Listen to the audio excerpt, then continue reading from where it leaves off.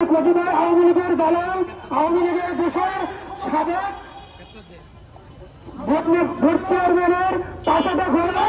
এরা এখানে বৈষম্যের নাম ধরে হোমিওপ্যাথিকে বিকৃত করার জন্য এরা এখানে আজকে মানববন্ধনের আয়োজন করেছিল। তারা এখানে পালিয়েছে, এখানে তাদের কোনো অনুষ্ঠান হয় না। আমাদের দাবি স্পষ্ট, আমরা সমতার ভিত্তিতে এই হোমিওপ্যাথির অধিকার চাই।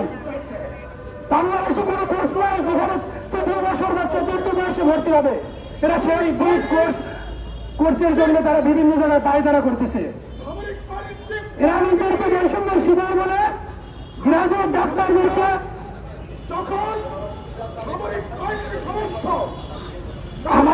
আমাদের দাবি পিএসসির মাধ্যমে হোমিওপ্যাথিতে নিয়োগ দেওয়া হয়, হোমিওপ্যাথির জন্য স্বতন্ত্র বিশ্ববিদ্যালয় স্থাপন করা হোক।